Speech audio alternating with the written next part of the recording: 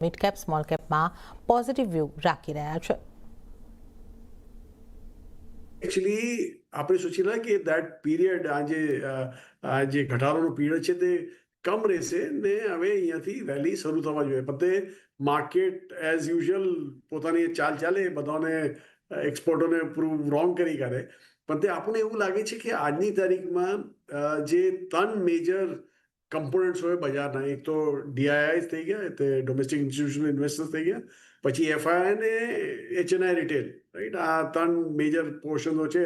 તેમાં પણ એવું લાગે છે કે એચએનઆઈ રિટેલમાં જાસ્તી પેનિક છે as compared to the other 2 components. કે ડીઆઈઆઈ કોન્સ્ટન્ટલી બાઇંગ કરેલા છે.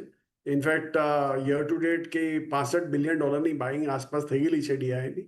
ને એફઆઈની તમે વાત કરો તો એફઆઈઓ જે આપણા પ્રાઇમ સેકન્ડરી માર્કેટમાં છે, તે લોકો કંઈ $25 બિલિયન સેલિંગ તો કીધેલી છે, પણ તે પ્રાઇમરી માર્કેટમાં $10-11 બિલિયન બાઇંગ બી કીધી છે.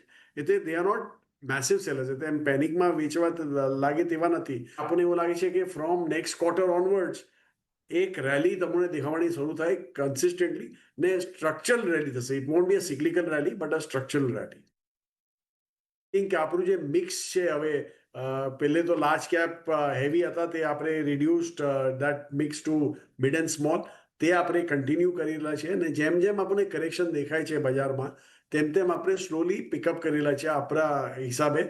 જે આપણને સ્ટોક્સો સારા લાગે છે તેમ કરે. ને અગર જો તમે મને પૂછો કે શું મિક્સ છે, એટલે ઇન્ડસ્ટ્રી વાઇઝ શું મિક્સ છે, તો બીએફએસઆઈ તો આપણું કન્ટિન્યુ થાય છે.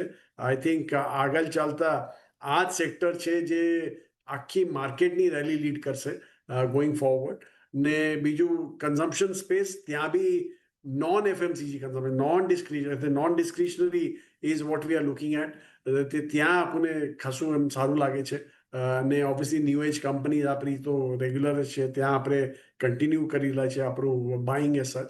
સો તે જ છે આપણું જે સ્પ્રેડ હોસ્પિટાલિટી, હેલ્થ કેર, તે બધામાં આપણે we continue to be bullish.